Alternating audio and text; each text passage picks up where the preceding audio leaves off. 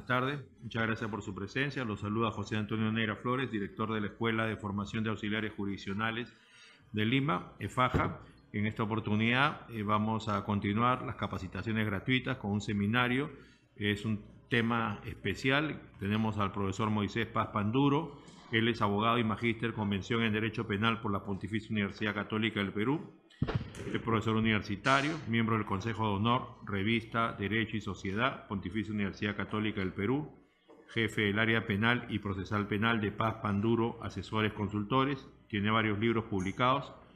También el doctor Carlos Daniel Morales Córdoba, abogado con estudios culminados de maestría en Derecho Penal de la Universidad Nacional Mayor de San Marcos, miembro de la Junta Directiva del Colegio de Abogados del Callao, capacitador en el sistema acusatorio y litigación oral, permanentemente hace talleres en el Colegio de Abogados del Callao, es abogado litigante, ha sido 10 años juez penal de Lima, ha trabajado en todas las especialidades, libres, cárcel, liquidador, ha estado muchos años también con el Código Procesal Penal, cuando empezó la reforma en Lima, desde el 15 de enero del 2011 hasta el 5 de agosto del 2015.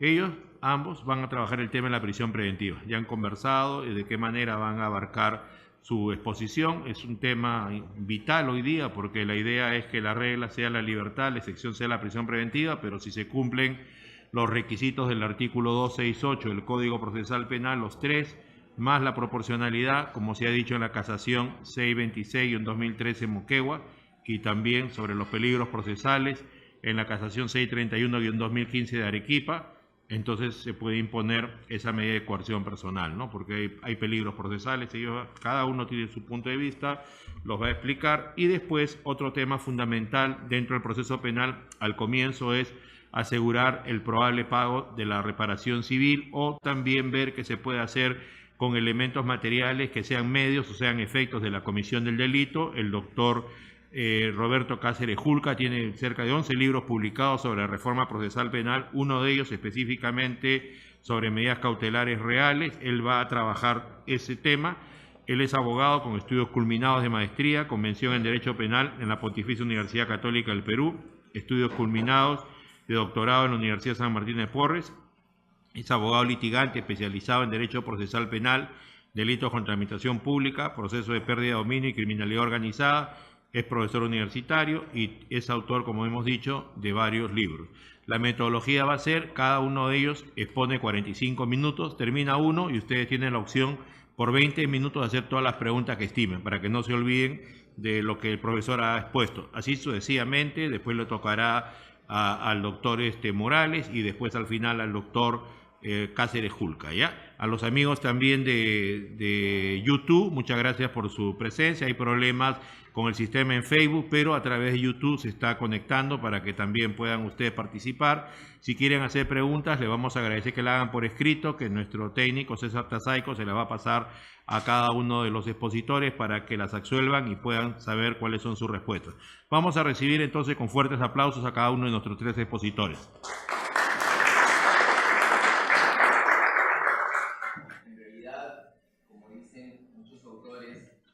¿Por qué? ¿Por qué es esto?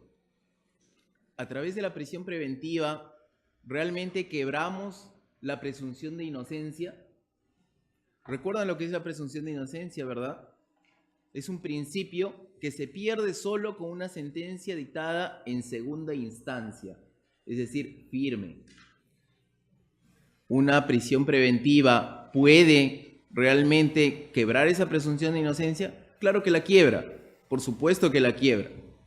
Muchos autores, muchas personas del derecho penal señalan, sí, pero la prisión preventiva en realidad no quiebra la presunción de inocencia porque después sale absuelto y no hay ningún problema.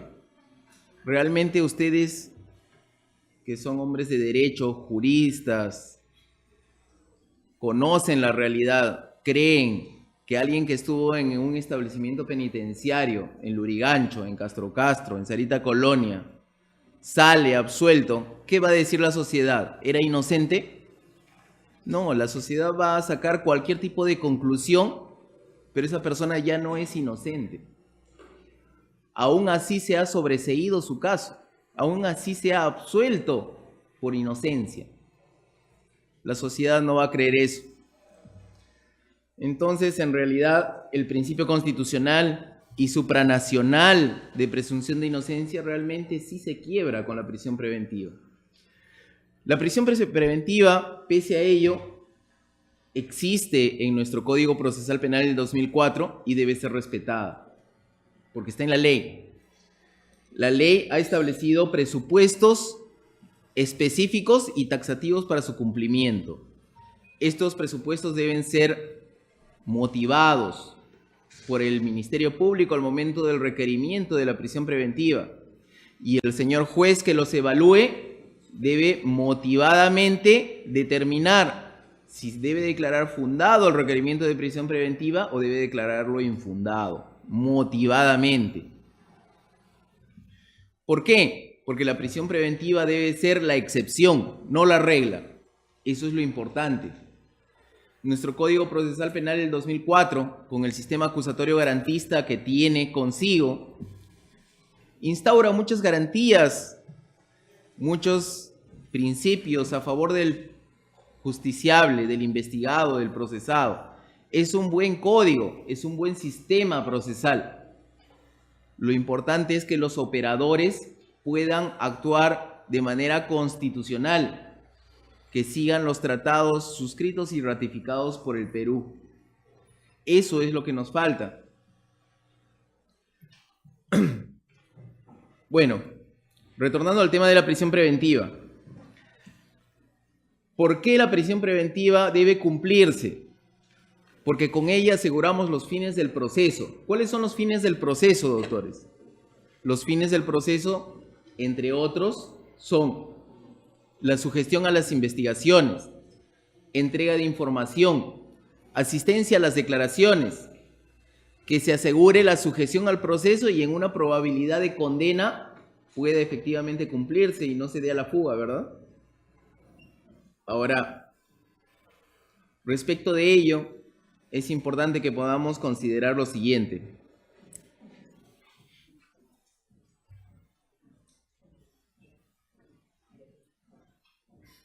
¿Qué sucede si a una persona en el sistema acusatorio garantista el Ministerio Público la llama a rendir su declaración indagatoria y no viene? Lo vuelve a llamar y no viene, pero presenta un escrito acogiéndose a su derecho legal y constitucional a no declarar. Fiscal, requerimiento de requerimiento de prisión preventiva, porque se niega, es obstruccionista al proceso. ¿Eso debe ser un motivo para el Ministerio Público? No. Es más, las casaciones que vamos a analizar más adelante, que ya el doctor Neira lo adelantó, la de Moquegua y la de Arequipa, estas casaciones lo señalan expresamente. Si la norma legal autoriza al investigado a no realizar esa acción, ¿por qué va a ser un motivo para el Ministerio Público para requerir su prisión preventiva? No tiene sentido.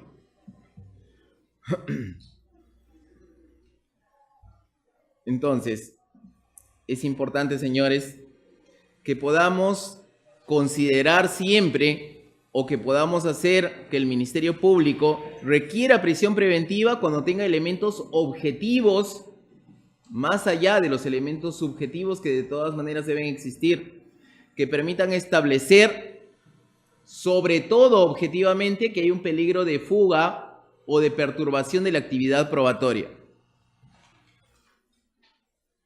Si no existen estos elementos objetivos, no debería declararse fundado este requerimiento. Ahora, en el contexto actual que llevamos, con una cantidad de audios y videos que estamos escuchando, nos ponemos a pensar, en realidad, el señor juez o un juez en nuestro país debe hacer lo que la sociedad pide. La sociedad pide que todos vayan presos. El señor juez debe ordenar, declarar fundado el requerimiento de prisión preventiva por eso, porque la sociedad lo pide. Bueno, recordemos, esta es la parte introductoria, que la ley existe para ser cumplida por el juez. ¿correcto? El señor juez debe actuar conforme a la ley, a la doctrina y a la jurisprudencia vinculante que expide la Corte Suprema de la República.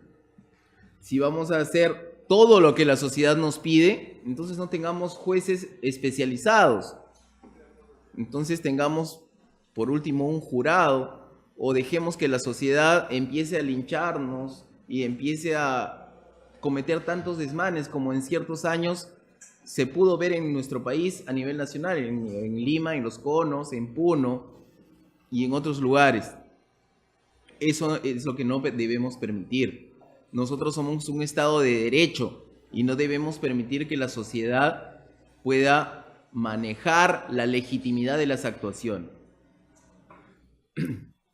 La prisión preventiva, según el artículo 268 del Código Procesal Penal del 2004, establece los siguientes presupuestos. Primero, deben existir graves y fundados elementos de convicción para estimar razonablemente la comisión de un hecho delictivo, y este hecho delictivo debe poder vincularse al imputado como autor o partícipe del mismo. Ese es el primer presupuesto que debe cumplirse. El segundo es la prognosis de la pena. Si la pena a imponerse va a ser mayor a 4 años de pena privativa de libertad, entonces debe declararse fundada el requerimiento de prisión preventiva. Como segundo presupuesto, recordemos que los presupuestos deben ser copulativos, ¿verdad? Todos juntos, no es uno solo o dos, no, todos. El imputado, además, en razón a sus antecedentes, lo señala estrictamente el Código Procesal Penal del 2004, artículo 268, en razón a sus antecedentes y circunstancias en el caso concreto, debe permitir colegir o concluir razonablemente que tratará de eludir la acción de la justicia, peligro de fuga, o que obstaculizará la averiguación de la verdad, perturbación de la actividad probatoria. Es el tercer presupuesto, que a su vez se subdivide en dos. Señores, el verdadero problema del proceso penal, como ya lo decíamos, lo adelantábamos, es la prisión preventiva. Los efectos de la prisión preventiva, también lo adelantábamos, son semejantes a los de una pena, porque se le priva de la libertad ambulatoria, de la libertad de tránsito a una persona. Se le aleja de su familia, no puede trabajar, no puede estudiar, no puede realizar ninguna acción como quisiera. Esta prisión preventiva, además, como ya lo decíamos, aun cuando salga absuelto, aun cuando salga libre, posteriormente la sociedad lo va a tener por culpable, no tengan la menor duda. Es más, ustedes lo saben. Dentro del establecimiento penitenciario, además, como sabemos, no está en su casa, no está en una casa de campo, no está en un lugar, aunque sea donde pueda dormir y aunque no coma, no.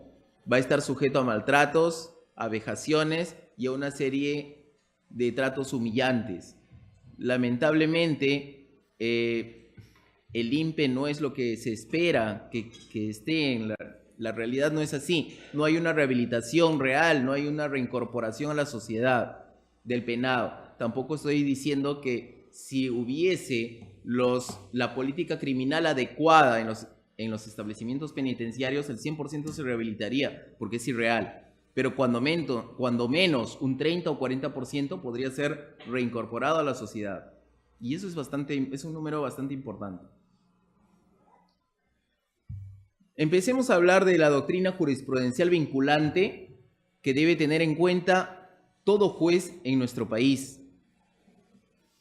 La Casación 626-2013 Moquegua se ha pronunciado sobre la forma y motivación del requerimiento de prisión preventiva que plantea el fiscal al juez, la celebración de la audiencia misma y sobre la comprobación de la concurrencia de los presupuestos que establece el artículo 268 del Código Procesal Penal del 2004. Vamos a analizarlo por los fundamentos específicos. El fundamento 24 señala que el debate oral se dividirá necesariamente en 5 partes, fundamentándose en lo siguiente: los fundados y graves elementos de convicción, que es el primer presupuesto del artículo 268, la prognosis de pena mayor a 4 años, que es el segundo supuesto, el peligro procesal, que a su vez se subdivide en peligro de fuga y de perturbación de la actividad probatoria, que es el tercer presupuesto del artículo 268 del Código Procesal Penal del 2004, pero además adiciona la casación 626-2013 Moquegua 2 partes que deben tratarse en la audiencia de requerimiento de prisión preventiva: la proporcionalidad de la medida y la duración de la medida. El fundamento 17º de esta casación señala que una práctica judicial correcta, adecuada, es que la argumentación que realice el fiscal, la motivación para su requerimiento de prisión preventiva, motive cada una de las 5 partes por separado. ¿Para qué? Para que la defensa pueda o allanarse a cada una de las 5 o pueda refutarlas cada una por separado, y el juez, en mérito a ello, pueda tomar una decisión judicial motivada.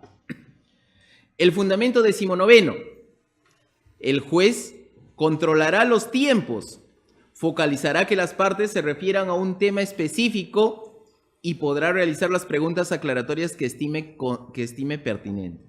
Este fundamento 19 es importante por lo siguiente: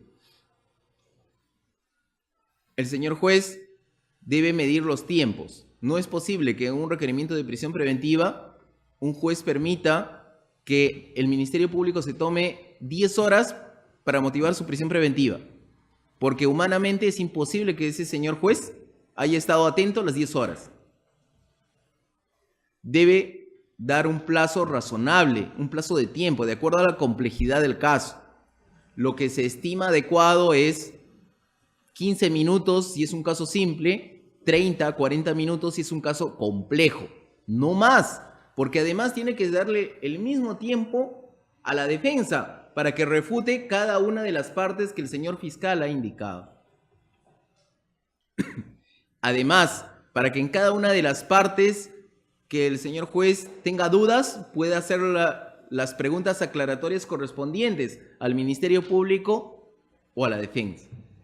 El fundamento 12: el fiscal fundamentará la proporcionalidad de la medida cautelar solicitada, la magnitud del riesgo procesal acreditado y su duración. ¿Qué significa? Está referido a las 2 últimas partes que esta casación de Moquegua establece, que se debe fundamentar, que se debe no solo oralizar, sino que además el Ministerio Público debe presentarlo en su requerimiento escrito por separado. El principio de proporcionalidad que establece este fundamento jurídico se basa en el artículo 6º del título preliminar del Código Procesal Penal del 2004, el cual señala la necesidad que las resoluciones judiciales sean motivadas, respetando el principio de proporcionalidad. Además, el artículo 253, inciso 2 del Código Procesal Penal del 2004, señala que la restricción de un derecho fundamental requiere autorización legal y con respeto al principio de proporcionalidad.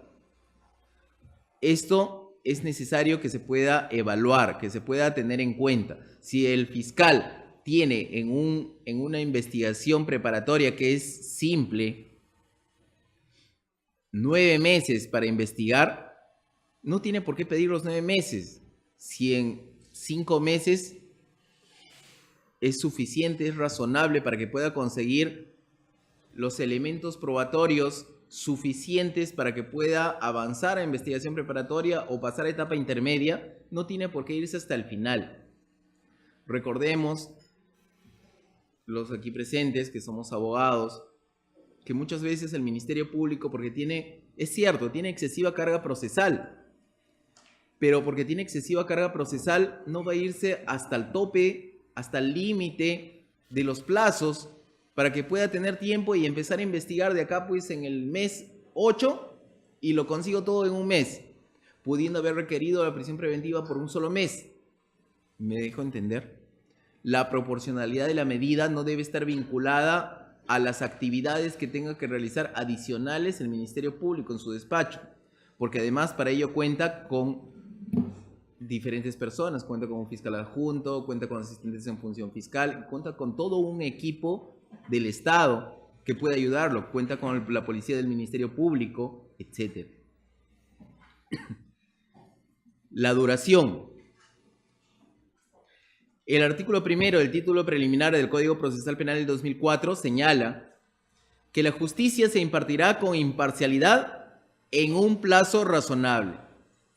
El artículo 253, inciso 3 del Código Procesal Penal del 2004 establece que la restricción de un derecho fundamental, como lo es la prisión preventiva, porque restringe nuestra libertad, es un derecho fundamentalísimo, solo tendrá lugar cuando sea indispensable y por el tiempo estrictamente necesario. Es decir, como ya les adelantaba, no es porque el fiscal tenga excesiva carga procesal y por eso necesita más tiempo porque tiene que ver otros casos. No, el estrictamente necesario para el caso concreto. El fundamento 23º, inciso I. La motivación del requerimiento fiscal es de máxima importancia. Al requerirse una afectación grave a un derecho fundamental importantísimo como es la libertad personal, la libertad de tránsito, la libertad ambulatoria. Dentro de otras normas está el artículo 139 del inciso 5 de la Constitución, el artículo 271, inciso 3 del Código Procesal Penal del 2004, el artículo 203, inciso 2 del mismo cuerpo normativo, que incluso este artículo 203, inciso 2 del Código Procesal Penal del 2004 establece expresamente que los requerimientos del Ministerio Público serán motivados y debidamente sustentados. Es decir, como la norma penal establece una pena privativa de libertad muy alta, eso no es suficiente. Eso hay que verificarlo en cada caso concreto si efectivamente esa pena le va a ser aplicable. Porque quizás estén denunciando a una persona por haber violado a una niña de 5 años, pero es más, de repente ni la conoce o de repente la vio alguna vez porque conoce a la mamá. Y ¿está bien la prisión preventiva? Hay que vincular, ¿verdad? Tiene que haber hechos objetivos, no solo subjetivos. El Tribunal Constitucional en el expediente 616-2005, proceso de habeas corpus, en fojas 30, señala lo siguiente. El fiscal tiene una discrecional tal que puede por ello tomar decisiones caprichosas, vagas, infundadas, despóticas, tiránicas y carentes de fuente de legalidad. Es evidente que esto no sucede siempre, pero puede suceder y sucede. Puede suceder y sucede, señores. Ustedes lo saben. No es lo usual, porque los fiscales son correctos, son buenos, pero algunas veces no lo son algunos fiscales. Para evitar ello, es necesario que se motive cada una de las partes. Cada una de las partes que establece el artículo 268 del Código Procesal Penal del 2004 y además la casación 613, Moquegua. El análisis debe realizarse siempre ante una prisión preventiva porque la libertad es un derecho fundamental importantísimo. Es un derecho en el cual se basa el Estado, valga la redundancia, de derecho. La aplicación de esta medida, como ya lo decíamos, lo adelantábamos, es excepcional, no es la regla. La prisión preventiva solo se decreta cuando existe un peligro de fuga y de obstaculización de la actividad probatoria, más allá de que además debamos acreditar los elementos graves y fundados y graves de convicción. La prognosis de pena, Esto es lo más importante. El fundamento 27º. El doctor Arsenio Oreguardia, en relación a este fundamento, precisa que cuando hablamos del primer presupuesto que establece el artículo 268, se requiere que el juez analice si el fiscal ha acreditado lo siguiente: un alto grado de probabilidad de que los hechos han sucedido, una suficiencia probatoria similar al que se evalúa en la etapa intermedia y sustentado claramente los hechos, analizando si se han acreditado o no. De esta manera, lo que podemos concluir es lo siguiente: necesitamos, para que se pueda requerir una prisión preventiva y sobre todo para que se declare fundado por el señor juez, que el grado de probabilidad de ocurrencia del hecho delictivo sea alto. No se requiere que haya una certeza absoluta, que haya certeza. No se requiere eso. Pero se requiere que el grado de probabilidad sea alto. Este grado de probabilidad que señalábamos que debe ser alto, debe ser mayor al que se emplea con la formalización de investigación preparatoria. Es decir, se requiere que el juez que está evaluando el requerimiento de prisión preventiva actúe como un juez de etapa intermedia, en el cual va a valorar los elementos de prueba, los objetos de prueba, de una manera tal que en realidad va a determinar que en juicio oral sí va a ser condenado. Porque precisamente, recuerden, la etapa intermedia es la etapa del saneamiento procesal. Y si es la etapa del saneamiento procesal, significa que si no hay un caso, no debe pasar a juicio oral. Este es el grado alto de probabilidad de una que evalúe un juez en etapa intermedia. No el mismo de una de formalización de investigación preparatoria. Solo de esta manera se puede satisfacer el requerimiento de razonabilidad de la medida. El fundamento 28º, referido a la suficiencia probatoria, similar al que se tiene en la etapa intermedia, que ya lo decíamos. El juez debe evaluar individualmente y en conjunto cada una de las partes que expone y fundamenta el Ministerio Público. Debe verificar y debe extraer la fiabilidad y el aporte de los elementos de prueba que presenta el fiscal. La fiabilidad, es decir, si podemos confiar, si podemos creer en la existencia real de ellos. La conclusión debe arribar a una probabilidad positiva de la ocurrencia de estos hechos y que además estos hechos se vinculan al presunto autor o partícipe. Es decir, probablemente el fiscal puede acreditar, el Ministerio Público puede acreditar, sí, que Juan murió, porque efectivamente hay un protocolo de necropsia, está muerto. Pero esa muerte se la podemos imputar a Pedro. Está muerto, sí. Y seguramente algunos fiscales incorrectamente dirán: tenemos acreditado los graves y fundados elementos de convicción, porque hay un muerto, pues, y tenemos protocolo de necropsia, o sea, clarísimo está que murió. Ya, pues, pero ¿y cómo acreditas que lo mató Pedro a Juan? Y es más, deben tener en cuenta lo siguiente: quizás sí, hay algún caso en el cual Pedro sí mató a Juan, pero al fiscal, lamentablemente, no se le ha ocurrido considerar que existe la legítima defensa. ¿Y por qué mató Pedro a Juan? Porque estaba tratando de violar a su hermana, o a su madre, o a su hija. ¿Y acaso ese no es un elemento que debe considerar el juez y que seguramente lo debe decir el abogado de la defensa para que disminuya ese grave y fundado elemento de convicción? ¿Verdad? Porque no voy a meter preso a alguien que por defender a su familia ha matado a otra persona. Está en nuestro Código Penal, artículo 20, inciso 3, me parece. Legítima defensa. No todos deben ir a la cárcel. debemos tener en cuenta que si se tratase de prueba indiciaria, debe analizarse conforme a la ejecutoria, recurso de nulidad 1912-2009-1, que en resumen se debe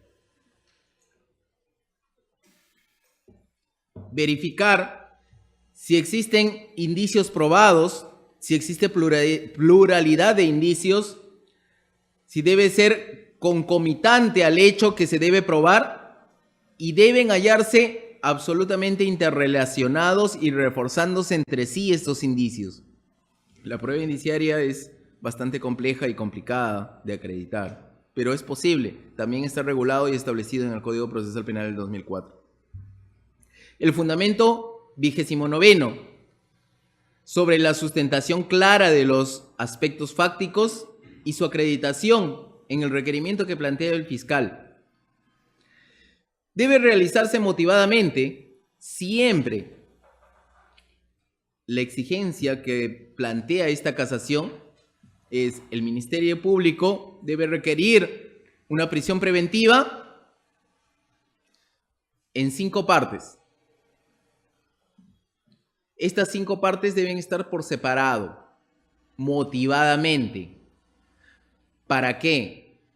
Para que la defensa pueda allanarse, pueda decir hay una causa de justificación, pueda decir hay una causa de exculpación, pueda refutarlas por completo. Es importante la motivación, sumamente importante, y lo establece en varios fundamentos jurídicos, como han escuchado en esta casación de Moquegua. La casación 631-2015 Arequipa. Esta casación es fundamental porque advierte que el presupuesto fundamental que debe tener en cuenta el juez para determinar la existencia de peligro procesal de fuga es el arraigo, en especial cuando se trata de un ciudadano extranjero. Entonces, el peligro de fuga, ¿cómo se debe analizar? Se debe analizar que para que exista peligro de fuga no debe tener un arraigo domiciliario, no debe tener un arraigo familiar, no debe tener un arraigo laboral y debe tener facilidad para poder ocultarse en el país o para salir al extranjero. Eso es de lo que se trata el arraigo. El arraigo domiciliario. El investigado debe acreditar tener algún tipo de posesión o propiedad. Y si el investigado no tiene propiedad, no es necesario para acreditar el arraigo. Es suficiente con la posesión, lo establece la casación. ¿Y la posesión cómo la acreditan? ¿Cómo se acredita una posesión? Con un contrato de arrendamiento, con un certificado de posesión de la municipalidad, de una asociación. De alguna manera se puede acreditar siempre. Hay maneras de encontrar cómo justificar que poseemos un determinado inmueble. No es necesario ser propietarios. Ahora es importante que recuerden lo siguiente: cuando estamos frente a un requerimiento de prisión preventiva, lo que se recomienda, lo que yo recomendaría es una defensa activa. Es decir, tenemos que acreditar la defensa con la defensa activa que nuestro patrocinado en un requerimiento de prisión preventiva tiene arraigo. Porque si simplemente actuamos como muchas personas dicen, pero doctor, yo soy inocente, no pasa nada, yo no voy a ir preso. Es más, algunas personas dicen, no, pero usted cobra mucho, doctor, yo soy inocente, no pasa nada. Bueno, en realidad, efectivamente, el Ministerio Público tiene la carga de la prueba. La defensa no tiene que hacer nada para demostrar que es inocente porque se presume la inocencia. Pero en la práctica esto es así. Lo mejor, lo más sano, es utilizar una defensa activa y demostrarle al juez que el fiscal esté equivocado por completo. ¿Por qué? Porque es más, para acreditar el arraigo domiciliario es suficiente el DNI, ¿verdad? Cumplimos la mayoría de edad, vamos a RENIEC, presentamos nuestro recibo de luz, de agua, nos dan nuestro DNI y dice dónde domiciliamos. ¿Acaso el RENIEC no es una institución del Estado? ¿Y acaso esta institución del Estado no es oficial para determinar el domicilio de las personas? ¿Y acaso no es suficiente con este documento para acreditar dónde vivo y que tengo arraigo domiciliario? Es suficiente, no necesito más nada. Sin embargo, es mejor demostrarlo de otras maneras, activamente. Por ejemplo, si tuviera propiedad, copia literal, copia certificada de registros públicos del título de propiedad. Si fuera posesión, como ya lo indicábamos, contrato de arrendamiento, pagos a SUNAT de los recibos de arrendamiento, de los impuestos, recibos de luz, recibos de agua. Siempre hay alguna manera de acreditar este arraigo y esta posesión o propiedad. El arraigo familiar. ¿Cómo acreditamos que tenemos arraigo familiar? Lo acreditamos porque con una defensa activa presento el acta de nacimiento de mis hijos, presento el acta de matrimonio con mi esposa, si tuviera una relación de hecho, una declaración jurada con firma legalizada que acredite la unión de hecho, que unida, porque probablemente con la pareja, con la conviviente, con la persona que tenga una unión de hecho, tengo hijos, unido a las partidas, a las actas de nacimiento de nuestros hijos, se va a acreditar el arraigo familiar. A mayor abundamiento, si tenemos hijos en etapa escolar, hay que presentar pues boletas de pago al colegio, a institutos, a universidades, etc. ¿Qué sucede si tenemos un investigado que no tiene esposa, que no tiene una unión de hecho? Podríamos presentar quizás un acta de nacimiento propia de cada uno del investigado, el documento de identidad de los padres, ¿correcto? De hermanos menores con los cuales viva y documentos que acrediten que tienen una relación cercana y que la subsistencia de esos familiares depende del investigado. ¿Correcto? El arraigo laboral. Para acreditar el arraigo laboral, el investigado debe presentar documentos que acrediten la actividad laboral a la que se dedica. Empresa, negocio, que administra, profesión. Si se encontrase inscrito en registros públicos su empresa, su negocio, también copia literal, vigencia de poder, etc. Si fuese un profesional independiente, por ejemplo un abogado independiente, puede presentar contratos de trabajo con cada uno de sus clientes, los abonos de cuenta en banco, recibos por honorarios profesionales, entre otros. Siempre hay formas de acreditar el trabajo. Respecto al cuarto arraigo, la facilidad para mantenerse oculto o abandonar del país. En este caso, se debe analizar lo siguiente. En el caso concreto, hay que verificar si el investigado tiene esta facilidad para abandonar el país o si solo existe la posibilidad de que abandone el país. Es lógico, señores, que en una posibilidad no puede basarse una resolución judicial. Toda resolución judicial debe ser estrictamente motivada en cada una de sus partes y como recordamos lo que dijo el doctor Arsenio Oreguardia y en uno de los fundamentos anteriores de la casación de Moquegua, la probabilidad, no la posibilidad, debe ser alta, similar a la de la etapa intermedia. Ni siquiera de formalización de investigación preparatoria. Respecto de la facilidad para mantenerse oculto, debemos verificar ello con hechos concretos, realizados en el caso materia de análisis o en otros casos judiciales previos, señalan, en los que haya participado. Esta verificación debe realizarse objetivamente, a través de estos casos concretos. Sin embargo, el señor juez debe tener en cuenta, debe considerar que lo que sucedió en esos casos no necesariamente tiene que ocurrir en este. Y sobre todo, debe tenerse en consideración, debe tenerse en cuenta que el investigado puede comportarse de una manera en un caso y luego cuando tuvo 25 años, diferente a cuando se encuentra en otro proceso penal a los 40. No tiene por qué comportarse de la misma manera, porque el ser humano cambia, se adapta, ¿verdad? El artículo 269 del Código Procesal Penal del 2004 deja un amplio margen de discrecionalidad subjetiva al señor juez para que resuelva declarar fundada o no una prisión preventiva. Eso sí, debe hacerlo dentro de los márgenes de motivación y ajustándose siempre a las normas nacionales y tratados suscritos y ratificados por el Perú. En el mismo sentido que esta casación, la casación de Arequipa, se ha pronunciado el Tribunal Europeo de Derechos Humanos en el caso Stockmüller del 27 de junio de 1968. En su párrafo 88 señala que la simple posibilidad o facilidad que tiene el investigado para pasar la frontera no implica un peligro de fuga. Se requiere necesariamente de la concurrencia de circunstancias especiales en el caso concreto.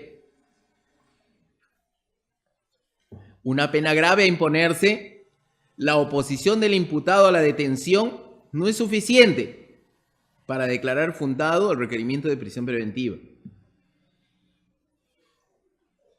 Deben haber otros elementos, otros factores. Señores, la casación 631-2015 Arequipa se ocupó de analizar el peligro procesal a través del arraigo de una persona. El caso concreto se trató de un ciudadano español que, si bien su esposa es peruana, con hijos peruanos que viven en el Perú, es decir, su núcleo familiar está en el Perú, estuvo debidamente acreditado, el juez, el señor juez y la sala superior se abocaron a motivar lo siguiente: como tiene nexos y lazos familiares en España, claro, su familia materna está en España, ella es un peligro procesal. De forma constante, ha realizado viajes a España, está en los fundamentos del expediente judicial.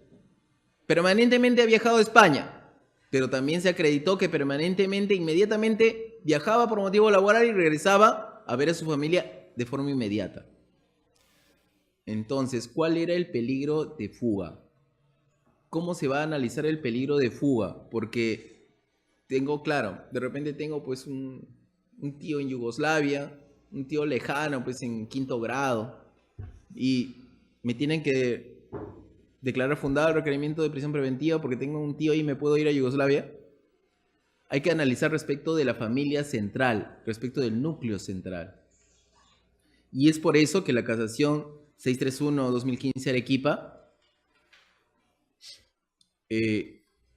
revoca la prisión preventiva y modifica, en el sentido que se les ha indicado, los extremos que deben ser analizados por los señores jueces respecto del arraigo para acreditar un probable peligro de fuga. Debemos tener en cuenta, para terminar, que conforme al artículo 22 de la Ley Orgánica del Poder Judicial, el carácter vinculante de la doctrina jurisprudencial, las salas especializadas de la Corte Suprema de Justicia de la República ordenan la publicación trimestral en el Diario Oficial El Peruano de las ejecutorias que fijan principios jurisprudenciales, que han de ser de obligatorio cumplimiento en todas las instancias judiciales. Estos principios deben ser invocados por los magistrados de todas las instancias. En caso que por excepción decidan apartarse de dicho criterio, que lo pueden hacer porque son jueces independientes, se pueden apartar de la doctrina jurisprudencial vinculante, están obligados a motivar por qué se apartan adecuadamente de esta resolución, dejando constancia del precedente obligatorio que desestiman. No es me aparto porque yo creo que debo apartarme y no me interesa y no debo motivar por qué me aparto. Solo en el caso concreto, no. Tiene el especial deber de motivar por qué se está apartando en el caso concreto. Porque seguramente en algún caso concreto reunirá otros elementos particulares que no configuraban los de esa casación. Señores, eso es Todo sobre prisión preventiva, no sé si tienen alguna pregunta, por favor.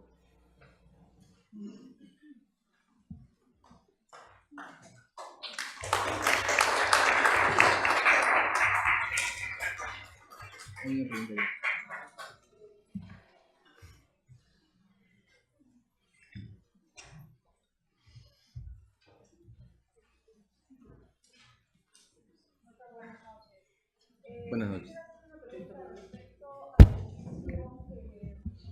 Ha tomado el Tribunal Constitucional en el caso de Yatumala. En el caso de Yatumala, el Tribunal Constitucional ha cambiado algunos parámetros establecidos en la casación en Moquegua.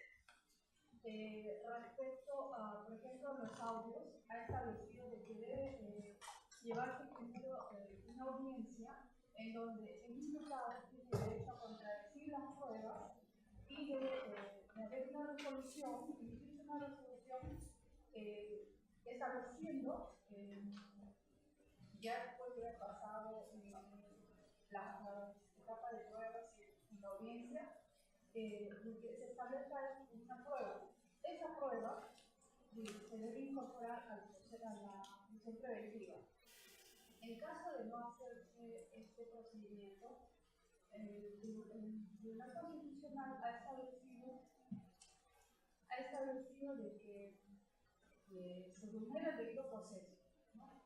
Es entre otras posiciones que ha aceptado el Tribunal Constitucional respecto a la prisión preventiva, y incluso ahí indica de que la casación de Moquegua pues, es muy vulnera ciertos derechos del debido proceso, ¿no? Porque se está tomando de una manera muy ligera la prisión preventiva, que debe ser optada como última ratio, más no como primera fase, que está tomando pues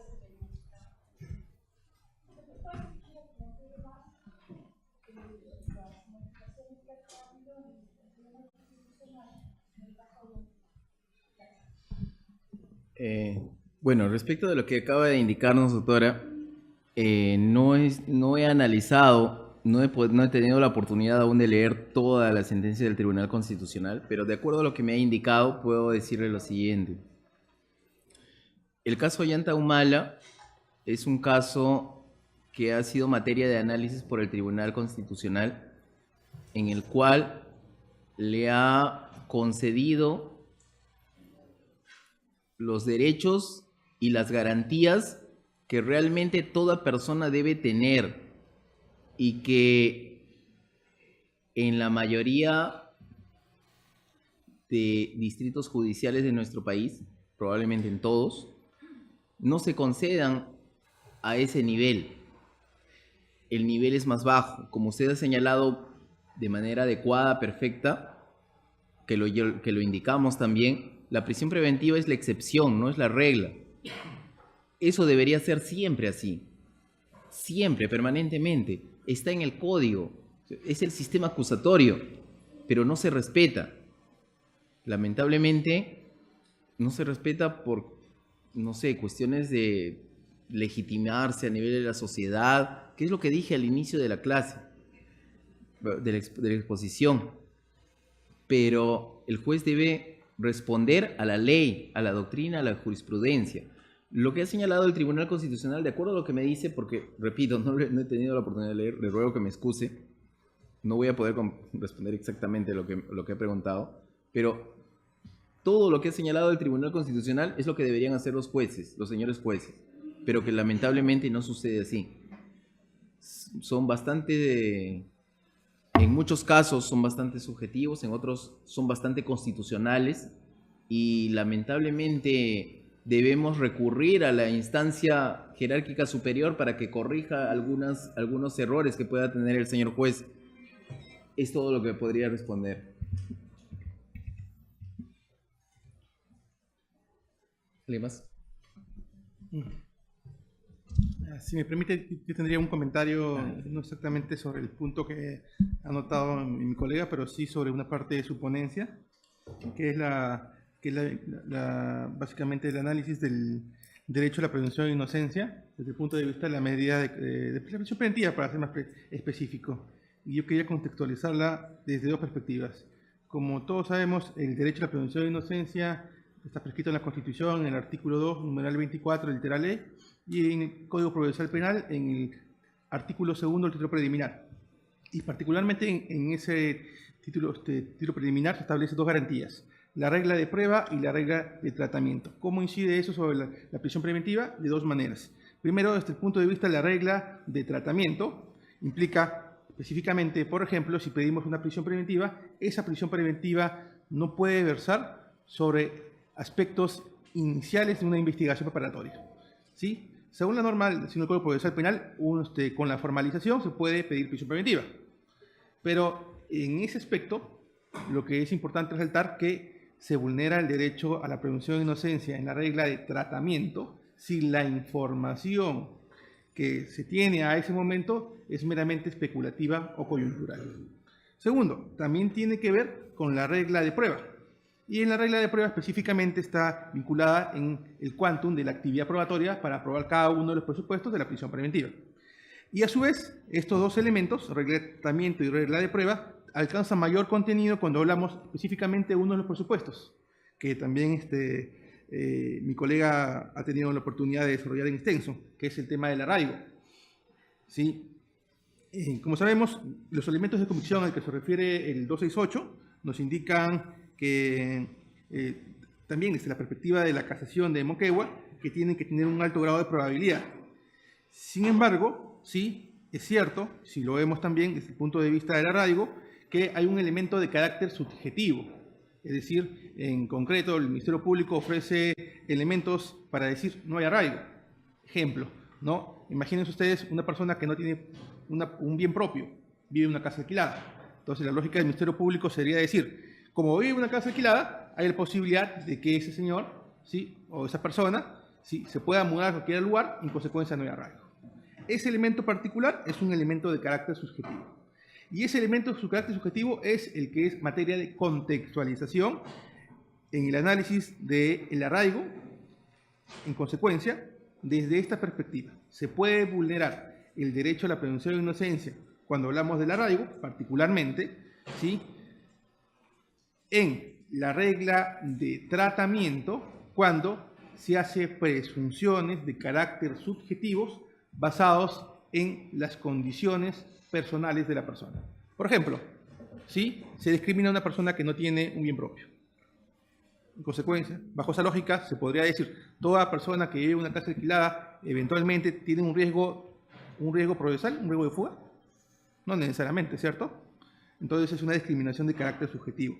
Y la misma lógica aplica si la utilizamos para aplicar el arraigo desde el punto de vista de la actividad probatoria.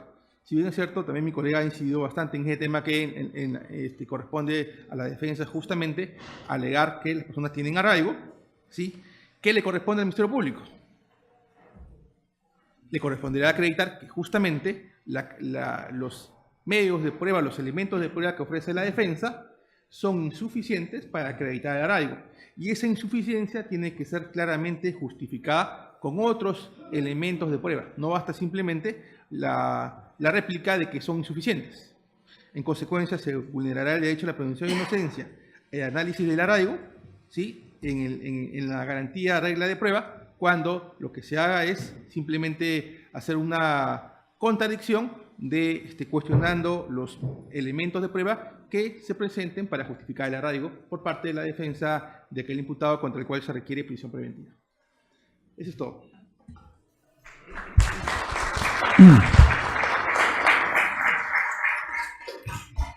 Buenas noches, es un honor volver a este recinto judicial. Es mi segunda casa. He tenido buenos momentos de mi vida profesional y toca hoy pues hablar sobre un tema interesante sobre la prisión preventiva. Un tema interesante en un momento coyuntural en el cual pues todo el sistema de justicia en sí está seriamente cuestionado. Hablar hoy día de un Estado de Derecho propiamente como tal hasta suena risible, por cuanto vemos cómo nuestro sistema político, nuestra sociedad en sí, está encaminada, quizás, esperemos que no, a un colapso, al colapso moral, sino total. ¿Y por qué decimos esto? Pues las principales instituciones que rigen nuestra sociedad están seriamente cuestionadas en este aspecto.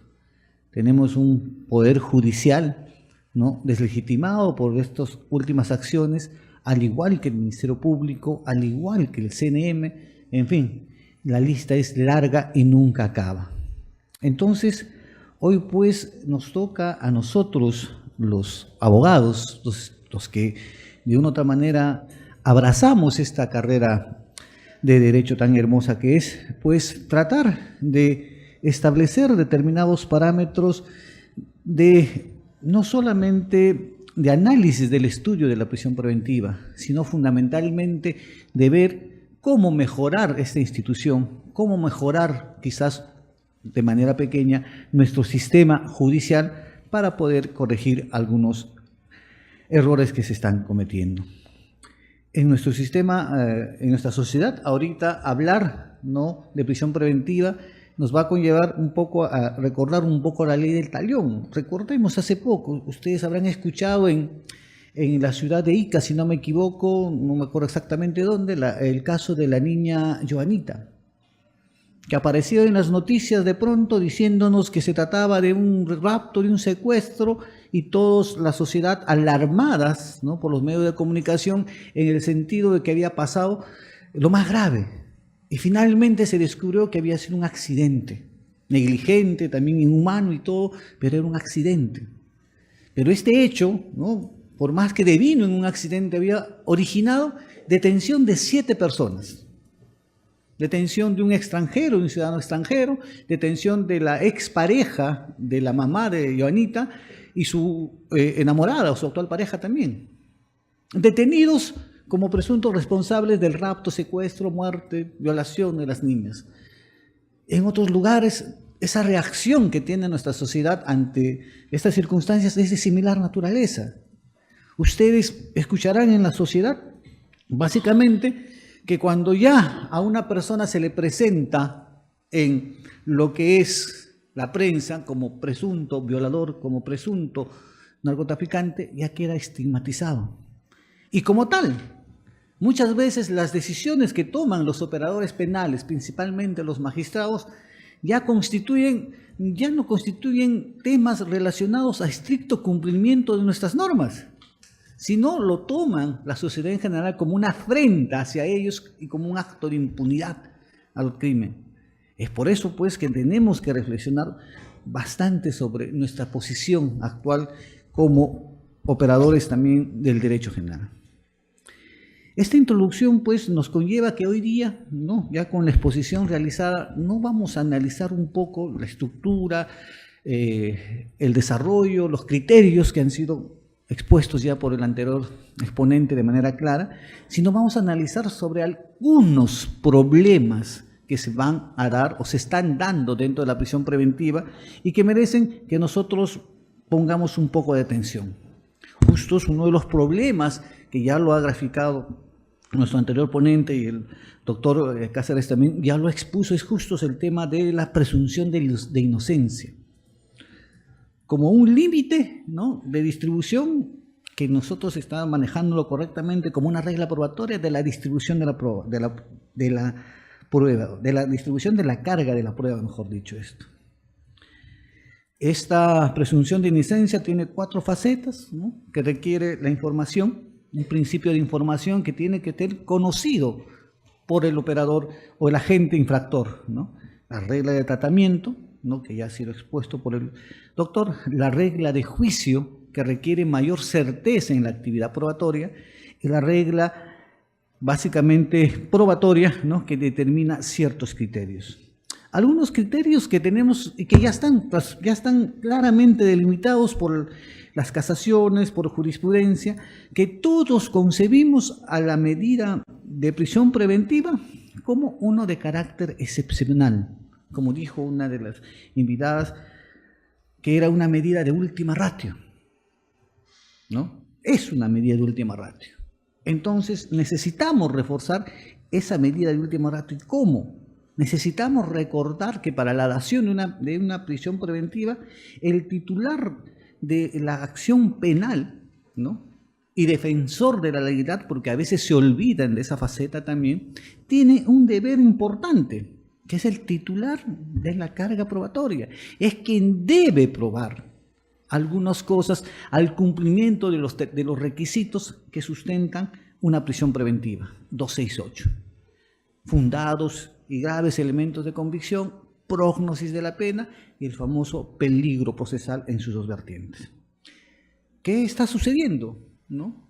Acá, aunque el investigado, que algunas veces son observados por el tema de que nuestro código procesal, por su ambiente garantista, protege, dice, ¿no?, al investigado y deja de lado a la víctima, pero nuestro Código Procesal Penal efectivamente ha establecido determinados derechos y garantías de todo procesado.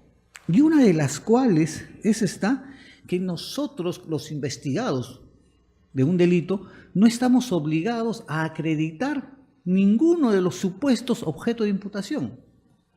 Quien tiene que probar algún tipo de imputación, ya sea a nivel de hechos, a nivel inclusive de condiciones personales, a nivel de una verificación domiciliaria, es el Ministerio Público.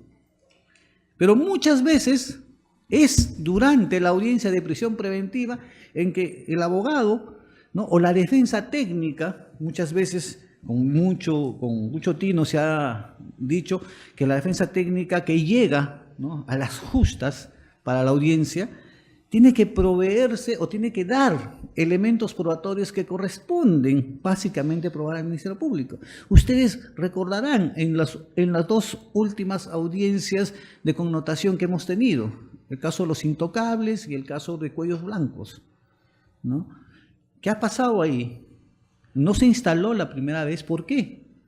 Porque el Ministerio Público todavía no había terminado de poner en conocimiento todos los elementos de convicción que tenía el caso objeto de análisis. Inclusive, no se dio esto a modo de anécdota. El juez de investigación preparatoria a cargo dijo, no, nosotros tenemos los elementos de convicción en la mesa de partes, pero que todavía no ha sido recibido. Y luego del cotejo correspondiente se dio con la sorpresa que tampoco él tenía los elementos de convicción. Entonces, ¿qué está faltándonos o qué está faltando al tema de algo básico dentro de esta presunción de inocencia como una regla probatoria? Que también el Ministerio Público, como ente persecutor, tiene que tener, ¿no?, al menos el tino correspondiente de proveerse no solo de los medios de prueba necesarios para imputar un delito y probar sobre todo el cumplimiento de los requisitos de la prisión preventiva, sino también tiene que dar todas las armas para un principio de igualdad procesal adecuado. Pero también hay otra cosa. Un Ministerio Público, ¿no?, que tiene limitaciones para investigar, un Ministerio Público que no tiene, ¿no?, recursos, por ejemplo, en tema de peritos, han sobrepasado todas las expectativas. En tema de fiscales provinciales, adjuntos provinciales para manejar casos complejos, también han sobrepasado y han colapsado en algunos casos. Y hoy en día, con estos casos que están poniendo en tema de juicio del sistema de justicia, pues es una prueba para todas las instituciones de tener al menos una respuesta adecuada. En ese sentido, ¿qué podemos exigir al Ministerio Público? Nosotros, los abogados de la defensa, muchas veces recurrimos al hecho, no es mi culpa. Lo he escuchado varias veces. No es mi culpa que el Ministerio Público no haya tenido, ¿no?, el recurso suficiente o la debida prudencia de generarse los temas de actividad probatoria, los temas logísticos. No es mi culpa. No. Nosotros, como abogados, como partes, el juez y el fiscal son abogados. Recordemos eso. Y en cada caso que nosotros tenemos, no está en juego solamente la vida o la libertad de esa persona. sino la institución en general, y en el cual los abogados también tenemos gran parte de responsabilidad social para los efectos de garantizar. Entonces, ¿qué necesitamos mejorar en esos aspectos? Necesitamos mejorar o que haya al menos un compromiso institucional que a partir de estos sucesos se pueda dar para los efectos de reforzar el tema del Ministerio Público, para que así se pueda dotar a la defensa de todos los medios necesarios, porque en el caso, por ejemplo, de Cuellos Altos creo que eran folios 5.800 folios, y revisar eso es todo un lío. Entonces debemos verificar, y necesitamos también entender que la defensa técnica, ¿no?, tiene también dos facetas fundamentalmente. La faceta negativa o pasiva es aquella que esperemos que todo el Ministerio Público lo haga. Aprovechamos de las limitaciones que tenemos y le exigimos más. Esperamos pacientemente todos los hierros del Ministerio Público para que nosotros aprovechemos y sustentemos nuestra posición. O una defensa activa en la cual también se tiene que dar pues el apoyo para proveerse de los medios necesarios para acreditar en tema de prisión preventiva arraigo, para acreditar temas de antecedentes, en fin, todos los necesarios. Pero recuerden algo básico: si hacemos una defensa activa, si planteamos una tesis alternativa, la carga de la prueba también corresponde a quien propone. Entonces también hay un doble compromiso y efectivamente, ¿necesitamos una defensa activa? Sí. Pero también necesitamos entender que esta defensa activa también nos va a generar determinados deberes procesales para los efectos de que se cumpla la famosa presunción de inocencia en nuestro sistema judicial. Estas limitaciones del Estado, pues, nos va a generar justos discusiones que son válidas, que ya lo han sido detalladas. En los casos prácticos, por ejemplo, ¿qué se tiene? Se ha declarado fundada prisiones preventivas porque no se ha probado el arraigo familiar, ya que el imputado no ha presentado ningún documento. En otros casos, no se prueba el arraigo laboral, ¿no? Por cuanto, por ejemplo, ¿cómo acreditar el arraigo laboral de una persona que se dedica a la venta ambulatoria? ¿Tendrá su RUC? ¿Tendrá sus boletas de venta? ¿Tendrá inclusive sus boletas de que compra la mercadería? No, es muy difícil que tiene eso, pero tiene arraigo laboral, se dedica a la venta ambulante. Y en este caso no se probó el arraigo laboral y simplemente se dio la prisión preventiva. En otros casos también, justos con el arraigo domiciliario y el arraigo familiar, se dio una prisión preventiva basándose en que no se habían presentado documentos idóneos para que acrediten el arraigo familiar. En un caso concreto que habían presentado los sujetos procesales, el acusado había presentado por el apuro, porque es un término razonable, solamente los DNIs, ¿no?, de su familiar cercano, del núcleo familiar, como nos han dicho. Sin embargo, no fue tomado en cuenta. Y Justos presenta también un documento que acredita no la titularidad del bien, sino solamente un alquiler. Y en otro caso, se acredita una persona que tiene multiplicidad domiciliaria, es decir, tiene varios domicilios. Tiene un domicilio empresarial, un domicilio fiscal, tiene un domicilio donde está registrado en RENIEC y sin embargo vive en otro domicilio que no está registrado en RENIEC, multiplicidad domiciliaria. Entonces tenemos que ver y replantear a partir de lo que es la presunción de inocencia todos estos criterios para los efectos de una mejor manera, razonar de manera efectiva la dación o no de estas medidas tan drásticas que se dan. Los conceptos están. Tenemos las casaciones que ya lo han mencionado, ¿no?, especialmente la que desarrolla el tema del arraigo, la 631-2015, o la 626 también creo que es la de 2013, que regula el tema de los 5 elementos. Los que nos falta a nosotros es dotar de contenido esos conceptos. No ser subjetivos al momento de analizar. Ya las casaciones nos han dicho, por ejemplo, en el tema de peligrosidad, o cuando dice el artículo 69, ¿no?, en su apartado segundo, cuando nos habla de gravedad de la pena. ¿Qué es lo que se ha entendido por gravedad de la pena? Solamente cuantía penal. Y a veces nos sorprendemos nosotros cuando en otras legislaciones hay personas cuyos delitos son graves por penas superiores 10, 15 años y sin embargo están con comparecencia restrictiva. Necesitamos nosotros dotar de contenido estos conceptos para los efectos de que en el cumplimiento de los 3 presupuestos seamos claros, ¿no? Y esto nos va a conllevar a que estas limitaciones del tiempo de detención nos genera otro problema, ¿no? Ustedes saben muy bien que en el artículo 259, si no me equivoco, ¿no?, y específicamente en el artículo 264, regulan los plazos de detención. 24 horas, ¿no? Después, excepcionalmente, la detención preliminar dura 72 horas.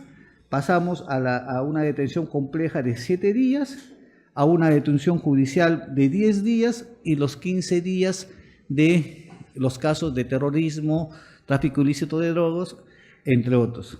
Sin embargo, hay un aspecto que también no está tomado en cuenta, que es el aspecto, ¿cuál es la naturaleza jurídica de la retención? No sabemos si llamarlo detención básicamente, que se da desde el momento en que se formaliza la investigación preparatoria hasta la realización de la audiencia, que son dentro de las 48 horas. Algunos consideran, ¿no?, que es una retención legal por cuanto de una u otra manera se instala la audiencia y como la audiencia es única, aunque tenga varias sesiones, se pueda justificar la dación de una medida tan drástica como la prisión preventiva. Pero existen otras personas que nos dicen, un momentito, ya estuve mis 24 horas de detención preliminar o detención judicial en flagrancia, ya estuve mis 72 horas, ¿no?, o mis 10 días, como quieran, pero eso es detención preliminar. Pero en esta detención que tengo mientras dura mi audiencia, ¿cuál es la naturaleza? Y ya la casación es, al menos, o bueno, la sentencia del Tribunal Constitucional ha tratado de aliviar un poco esta situación respecto de la duración de las audiencias, de la forma y modo de la realización de estas audiencias. Ustedes, no es raro ver o escuchar las maratónicas sesiones que se daban, ¿no?, 2, 3, 4 de la mañana resolviendo una prisión preventiva. Y cuando acá, por ejemplo, estamos solamente en 1 hora y ya Morfeo ha hecho los efectos de cansancio. Imagínense a los operadores penales que se encargan de verificar la situación, no de un investigado. En el tema de los intocables creo que son 23 los investigados. ¿Ah? En el otro caso son 13 los investigados, 12 detenidos, y resolver esa situación en altas horas de la madrugada no solamente vulneraba el derecho o la dignidad de estas personas, sino atenta contra el debido proceso, porque ni el juez ni el abogado están en condiciones de hacer, ¿no?, lo que deben hacer, defender de manera activa con las armas que dan nuestras normas y resolver conforme a derecho.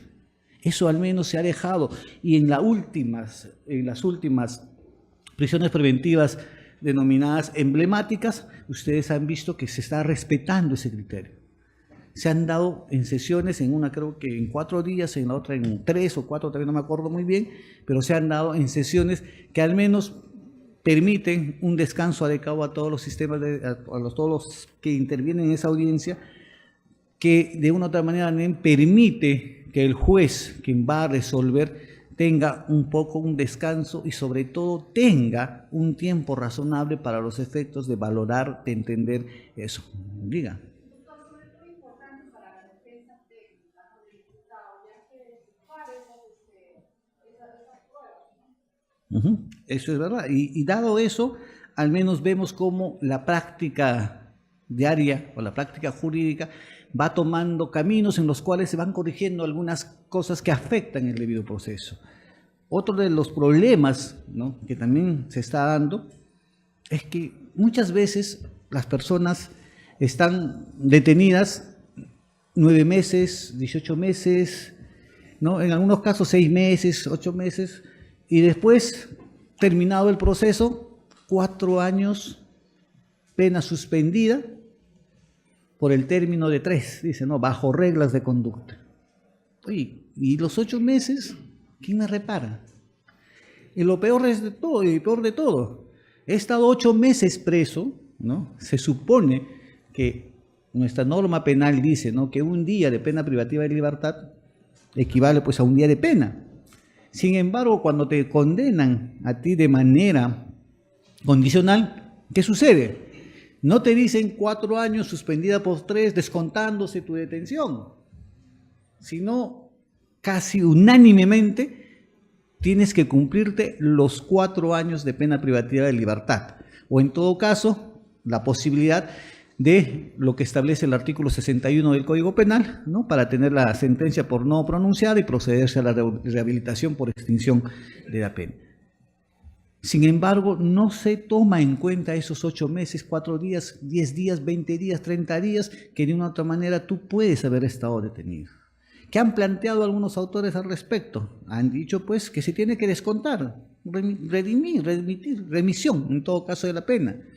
Ya no serían los 4 años, serían más la reducción, 3 años, 4 meses, bajo las reglas de conducta que se quiere. Es un tema que tampoco se está tomando en cuenta y que se necesita verificar, toda vez que de una u otra manera tenemos que reforzar esta prisión preventiva, no como una medida draconiana como ahora, porque todo es prisión preventiva, sino como una medida que se tiene que dar en estrictamente necesarios. Y en los presupuestos procesales, ¿no?, vamos a encontrar que se ha adicionado el tema de los presupuestos procesales en lo que es peligro de fuga, un tema interesante.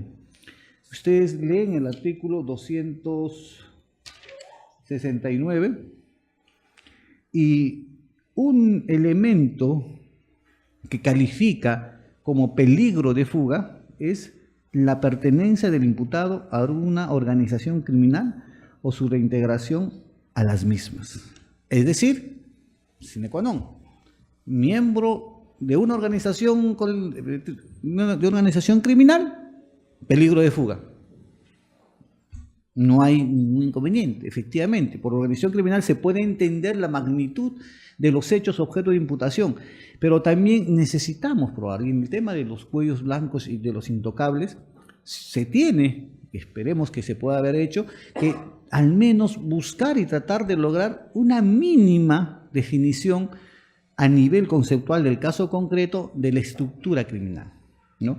Y ahí necesitamos trabajar varios aspectos, ¿no? El tema personal, 3 o más integrantes, el tema temporal, el tema de si es permanente, secuencial, el tema teleológico, cuál es la finalidad de esta organización criminal, ¿no?, que generalmente es para obtener recursos propios, tema funcional, reparto de roles, y finalmente reincidir en el tema estructural. Sigue estos presupuestos mínimos necesarios, entonces no podíamos hablar de una organización criminal como una